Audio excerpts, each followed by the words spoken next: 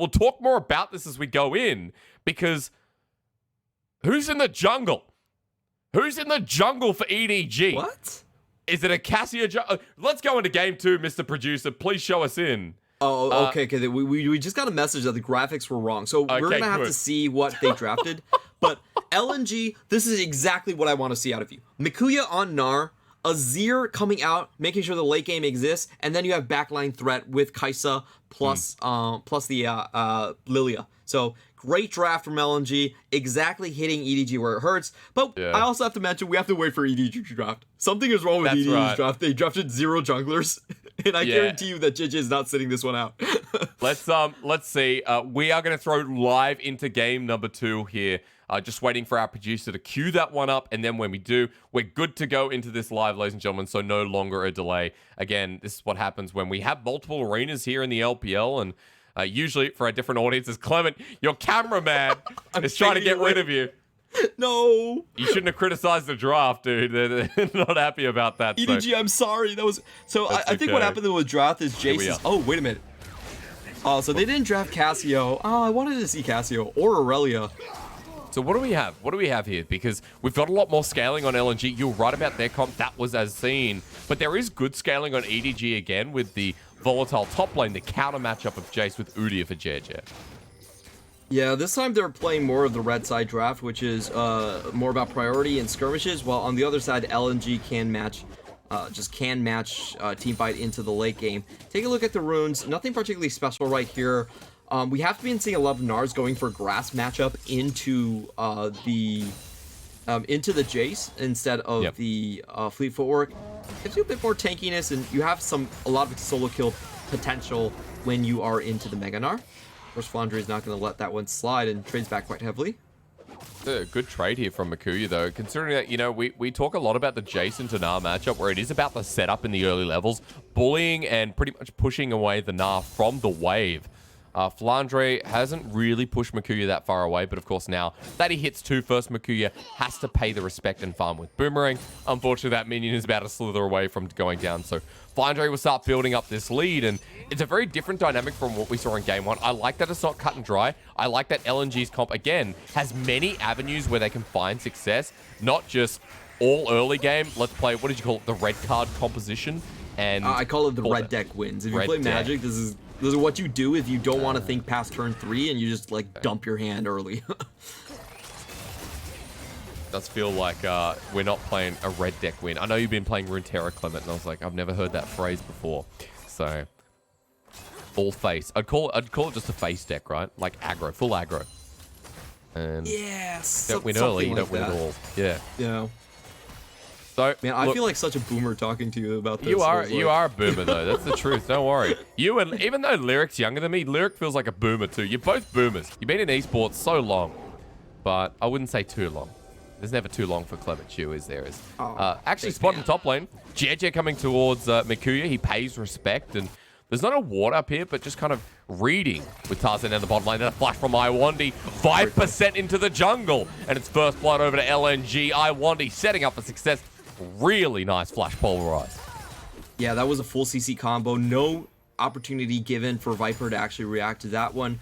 They get a kill on the bot side, and I believe they did spot Udyr, Jiejie in the top lane. That's why they were pulling that play off so hard. Just a straight play there. And for EDG, I think their best case scenario of this composition, we have seen Scout play this quite well against Azir, is you just constantly force him to either flash or Conquering Sands post level 6. It's a very strong combination. You have double stuns coming in with Jiejie on that bear stance, so you can't crack this open from game open from mid lane. And if you get one gank like that against Azir, you can then just shift all your pressure into the top side. Mikuya will still be pretty far behind in this matchup as well. Already 15 CS, right? This is good from Flandre. Good start here. And remember, Flandre going up against his old team. Not the old top laner, as Mikuya is a new addition, but Flandre, 5 years in a row, he did not miss a single game on Snake, on LNG.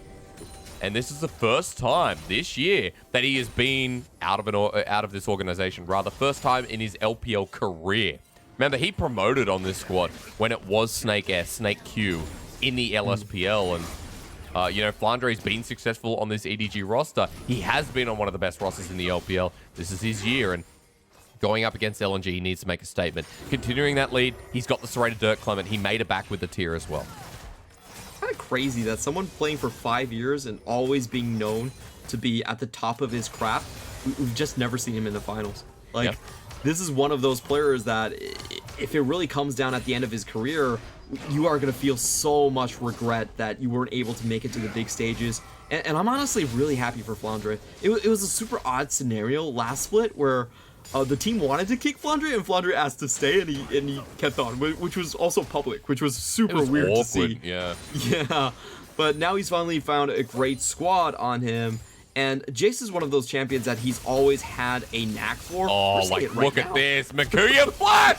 Oh my god, that was explosive.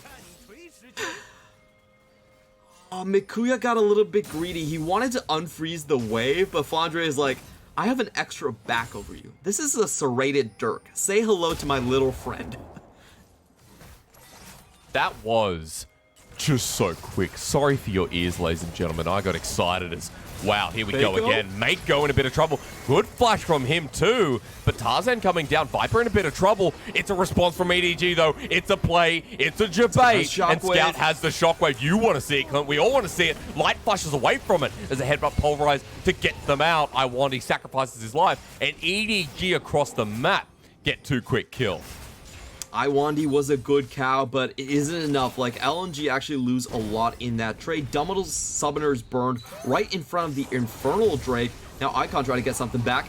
Yeah, Empress Divide forces the flash. There was no shockwave there. It was used in the bottom lane. Jiejie, meanwhile, he will get the scuttle, but he's getting threatened off his own jungle. Hopefully, Clement, I don't get kicked out of the Airbnb for that one, because this game's heating up a little bit as teleport comes in. Icon slowed down with dissonance. He has no mana freak as Flandre comes through, forces the flash out of the mid lane himself. Lwandy yet again trying to save his team. Clement, he just died, but unfortunately, it's 2 for the price of 1 here for the Beef Mints and Woolworths. Salutes out to all of your support players out there. We love you unconditionally. You are the greatest players on the Rift. So selfless, so great from Lwandy. It's still a massive loss for EDG. Flandre just folding in with the advantage he got from the top side. And that's also going to be the Drake going over. In the meantime, Meiko only trades 1 plate back. So it's not great from LNG. I feel like they over-index into that chase, especially with Icon going in on the Shurima shuffle onto that play. You're going to see Flandre just with the trade again. Meiko is down 1 back, so he does not have his plated steel caps in this buy, and I love that mechanical play from Flandre. Flash directly into the queue, giving no response time to Meiko. Meiko flashes, but he still takes the shock blast before he does so. I was hungry before that. I saw the solo kill, and then I saw the cow going down, and now I can actually use a tasty burger. Yeah, me too. Whenever you used to talk about minced meat. We're getting jinxed here, though, because it seems like it's caught out time for Jiejie as he's into the pit. Flashes over the wall to his team. Somehow they didn't finish the kill. Now EDG turning it around. Remember, Shockwave is up again. And Flandre comes on in for the explosive damage. As that has just gone horribly wrong for LNG. I can't believe they didn't kill the Udyr. That was a kill the Udyr, get out, forget about it situation, but yeah. They didn't find the damage. Flandre is able to cut off all escape path, and Viper even flashes aggressively to get all the kills down.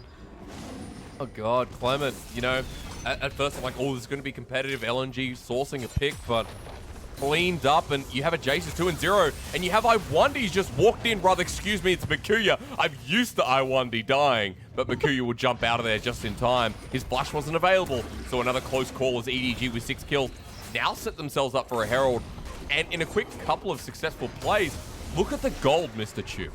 You are a father of a gorgeous cat. You know what it's like to be a parent here, and I know watching EDG throughout the years, a lot of fans feel like they're the parent of this team. They're feeling very proud right now as EDG once again are dominating LNG. You finally let the sun back into the house. You don't ask him where he's been all these years. You especially don't ask him about 2020, but you welcome him with open arms, and that's EDG coming back. I just want to see how Jiejie survives this. This is absolutely crazy to me. There's 3 members stuck onto him. The ultimate goes down. There's no mana on Tarzan, and Lwandy actually pushes him towards the wall. So he gets out with the flash, and there's nowhere for LNG to go afterwards. This is a play where I think that LNG actually didn't reset, so they were going on multiple members. You could see Icon didn't have any damage left. Tarzan was lacking damage, and then Flandre just comes in and picks up the pieces. Says, thank you very much for coming into the jungle. I hope you come in again.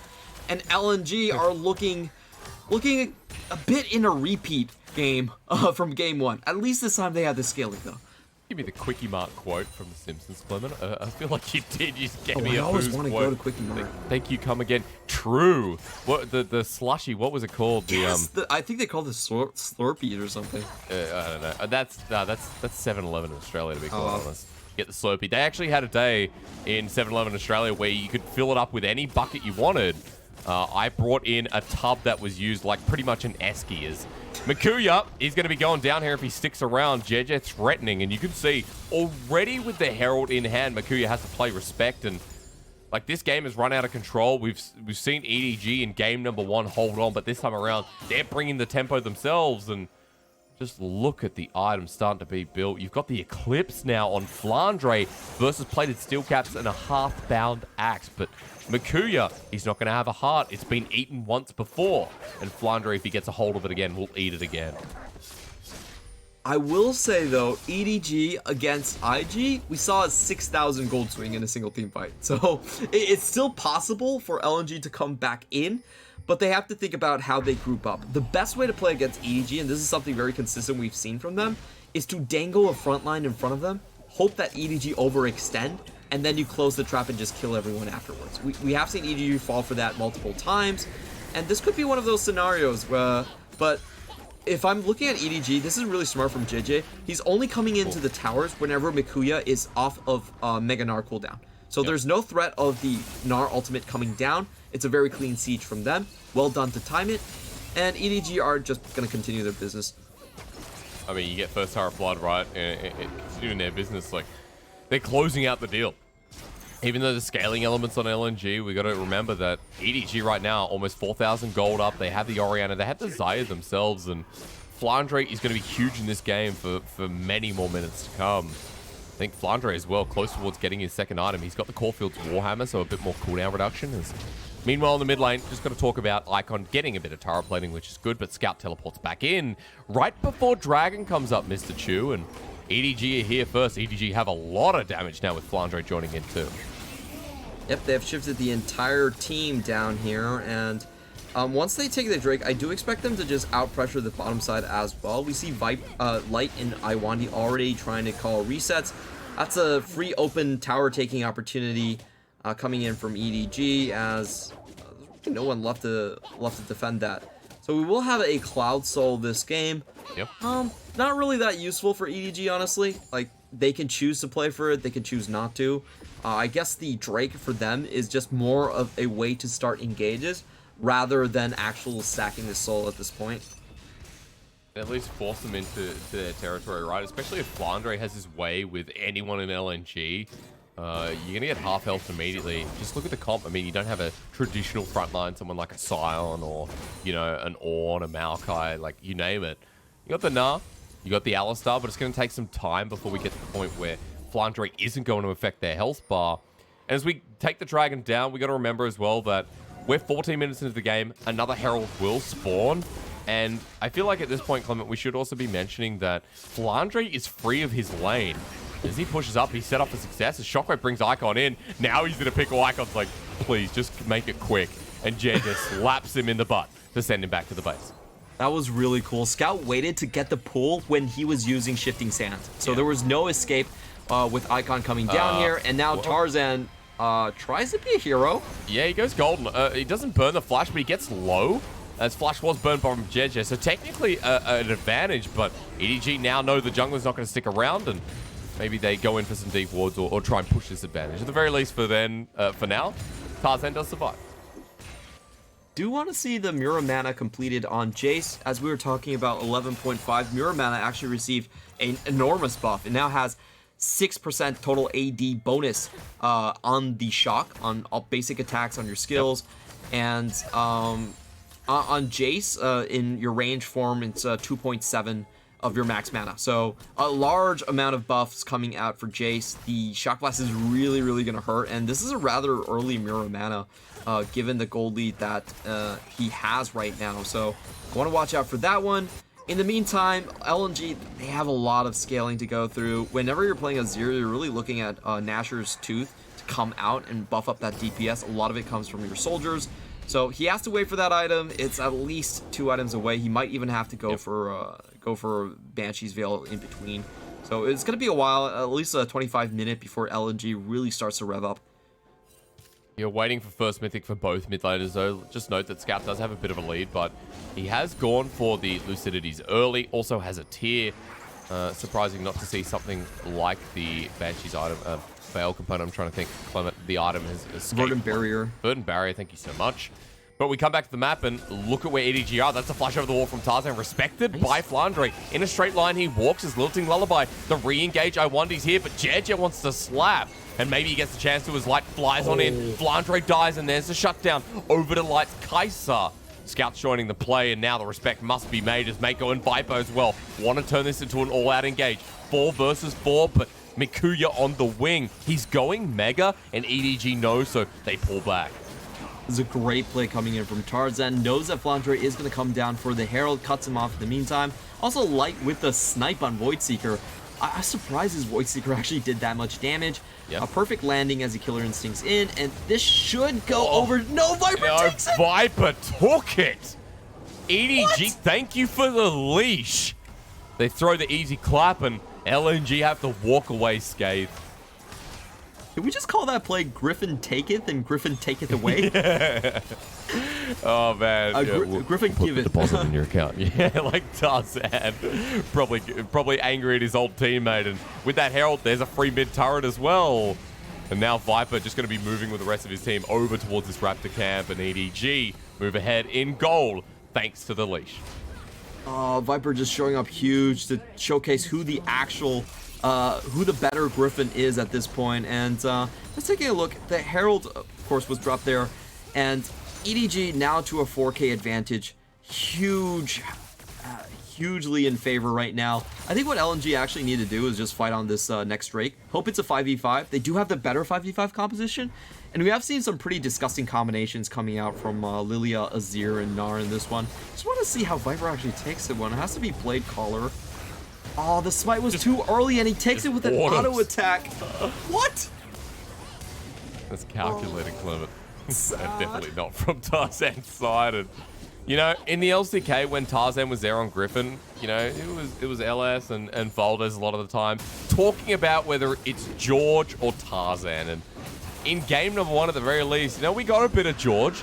And game number 2, let's see, because it is early days, and 0, 1, and 2 hasn't really been a George of the Jungle game, but definitely the smite coming out early hurts them quite a lot. So we will be talking about George as we go through to see if Tarzan can redeem himself. At the very least here, EDG still 4,000 gold up at 18 minutes in the game. They have a soul on the way. 4 minutes 40 until that's up and available. It will be an early soul, and even though it's a cloud soul, it gives the potential for an earlier Elder, and for EDG to really exemplify these advantages that we've already seen. So it could be looking like a 2-0, but again, early days here. We're going to give LNG the benefit of the doubt with the scaling that they're going to have here, especially with 2-item Kai'Sa and now the first item picked up by Icon. This is a really nice setup for LNG. They're trying to put Plasma Stack onto bot lane, onto Flandre, and then instantly assassinate him with Killer Instincts. There's still no stopwatch on him, and if you look at the items coming out from Light, this is a backline assassination build. This is the Collector. We're not seeing Collectors as much as we used to, but on Kai'Sa, on this build, I think it still works out quite nicely. So the way that LNG are going to try and deal with the potential Drake stack coming out is just to kill someone on the side lane and roll onto the team fight with the 5v4. They're very far behind in gold. 5v5 probably, not their best bet. But we have to look for that play, and maybe they can find it a couple more times on the side lanes, as we are seeing more people starting to shadow Flandre, as he's a juicy target with no flash. He really is. I mean, this is a Jayce who you find the CC from LNG and immediately he goes down. Lilting Lullaby. Icon has ulti as well. You know, Light will always follow that up too if he makes the roam. And pings are going down towards mid lane for now. Light and Lwandy just grouping up and clearing the mid lane wave while they're using that for Tarzan to clear pressure in the river. Been good vision control from EDG so far. You can see towards the side lanes actually monitoring river quite well themselves. And I think this is what we expect out of our top tier teams is they ward a lot of these openings and they pivot vision. It's not just stagnant, static vision that we've seen from this team. As EDG now using that to go deeper and into Light. That flash from Viper goes into the Featherstorm. The team helps them out. Light's gonna die here. That was close as Viper tries to challenge it. Yeah, Viper does, Light does have the build advantage right there, but EDG brought friends. A little bit tragic for them. I understand Light's like, you know, this game is not going well. I might as well try for the 1v1. But Viper does get the better of him. Might not have killed him solo, but definitely with the help of Udyr.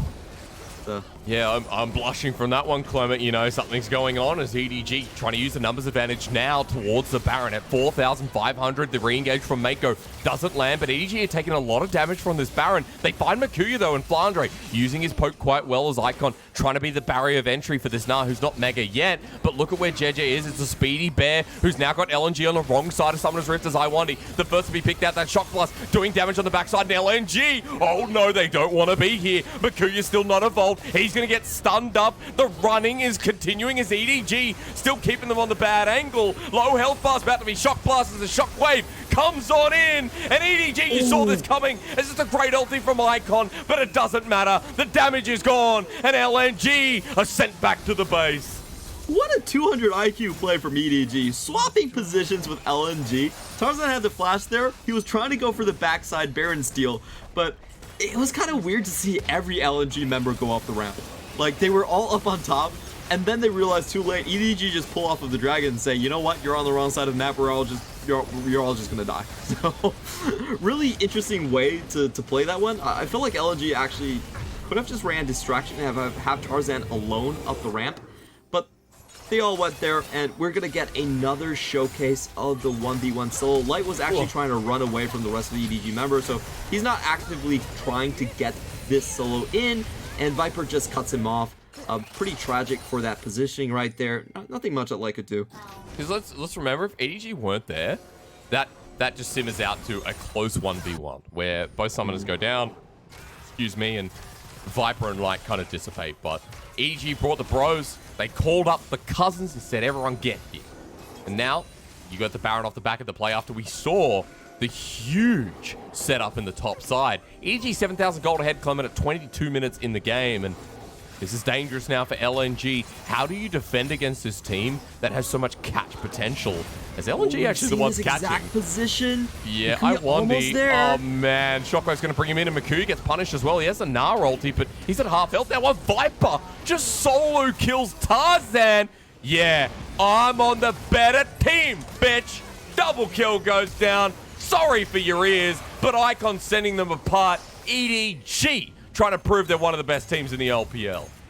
Oh, there's no love lost right there. Viper and Tarzan both saying they have nothing special to say to each other and showcasing just cold heart, just dominance coming out from Viper. Like Tarzan, man, this is just not your game. Viper he's doing much better these days. And I apologize to our audience out there, but I have to say, Viper is really roaming hard on EDG. And if this is my last cast for getting banned, I think it's worth it because we're watching Tarzan. We're watching Tarzan watch Viper absolutely carry this comp. And, you know, these aggressive plays is what we know about Viper, right? What we've seen from him coming into the LPL is he's really taking that initiative, that step forward. He's one of the most aggressive AD carries we have. And we constantly look at him as setting the initiative for a lot of other AD carries in the league. I do want to see how they actually got that kill. Tarzan was first item Zanya's, and he didn't even get a chance to use it. Now we're going to see a good pick. Killer Instinct's falling on. Collector damage with the Oh, but it connects, Clement. I mean, Flandre's done the burst. Lights at half, teleport coming in. Scout roaming in, and look, the gank squad as well. Light's going to get locked down. He cleanses immediately, but the burst is way too much. And Meiko picks up his second kill. Shockwave misses the deer, but Bambi, I think, dies in the end of the movie. I've never seen it. As EDG pick up yet another, and Meiko, all he can do is try and push the side lane. No spoilers, no spoilers. We're not going to reveal what actually happened to Bambi in the end. Good try from LNG. That's pretty much the only play they could have done so far, but it's just way too late, man. EDG are having fun at this point. I almost feel like they're dangling Flandre in front of LNG. They know that if there's one person they want to kill, it's their former teammate Flandre for ditching them. So LNG, they're just trying to show Flandre some love. Flandre, I mean, he's been set up for success this game, Clement. And we can talk more about that, but I think for EDG, they're getting to the point of closing out this series. They're one step away from securing playoffs. Ladies and gentlemen, as the lilting lullaby comes through, that is a golden Viper. And this time Tarzan wants to get his revenge. The blades fall out once again, but the flash from Viper dodges Lwandy. Another slick play from the AD carry here as EDG will add 2 more to the stats. 19-3, 11,000 gold at 25 minutes in. You know this one's just about over as the Shockwave misses, but Light takes the Shock Blast. And Clement, they will be the 3rd team to lock in playoffs if EDG win this game. The 3rd team in the spring split to lock their spot in and head that run towards MSI. And I just want to remind everyone that a lot of our casters said that they didn't trust in EDG, that EDG wouldn't even make playoffs. And we do have a bit of a forfeit there. If EDG do make playoffs, we will have a playoff desk with casters drenching wet and trying to pretend that they're Clear Love from 2015. That was Clear Love's best show. They put him on for the opening intro that season, and it was magnificent. Like Clear Love, he is so sensual with his emotions and stuff like that, with his face, and we are gonna see a sort of replica of that. We are. I'm sorry. I know that this is probably going to be, and Clement, that was very enticing. Thank you. And you're going to have to direct me through how I'm going to. I will. Don't worry. Yeah. Because I'm on the right side of history. I said EDG would be a top team. LPL now with no context, and Clement says, you know, Hysterics going to have to come on the cast drenching wet, right? Like, and this is going to be something that we refer back to, ladies and gentlemen. There is context here for you. I have lost a bet, it seems, as EDG, they're in full control of this game. And with no context, Clement, people will now understand that EDG are one step away from playoffs. So, yeah, we're going to move past that. I apologize. We've been a bit off the rails here, but this has been an EDG stomp. It has been a stompy kind of night. And as 3 inhibitors now drop down, EDG can do whatever they want. It's 11,000 and counting at 27 minutes, and everyone from EDG is having the performance of their life. Top lane just won by its own. A great solo kill coming out there, and them just cleaning up LNG in the Drake fights. I feel like LNG, they didn't really coordinate properly in most of these fights, and they didn't find that wombo combo we're looking about. There's a lot of AoE CC on this team composition that they could have used. Azir, Shurima, Shuffle, all that going in. But EDG always got the picks first. They were able to just win out on the lanes harder. And this is the situation that we find ourselves in. Really not a lot of comeback potential. LNG, 30 minutes in, finally getting to that Gnasher's Tooth like we were talking about for Icon. That's going to be a big damage spike. But at this point, they're pretty much relying on pick. They definitely want to find it onto Jayce and Tarzan. Look at Jiejie, Clement, the solar flare shock blast. This bear just doesn't care. And 2-0 and 12, you can see why. Shockwave's available. Scout will lose a Banshee Veil. 3 times in a row right now. They're still winning. It doesn't matter. There you go. The shuffle back, but Flandre does half, a quarter, 1/8 left of his health by Meiko. Meanwhile, look at the back line. EDG are playing with their food. The meat that was 2 for 1 eventually became 7 for 1 as the Brazil scoreline represents Lwandy. And ladies and gentlemen, EDG will make playoffs here with 10 wins on the board. Congratulations to our old friend EDG. It has felt so empty without you in the postseason. I can't even imagine EDG not making it 2 years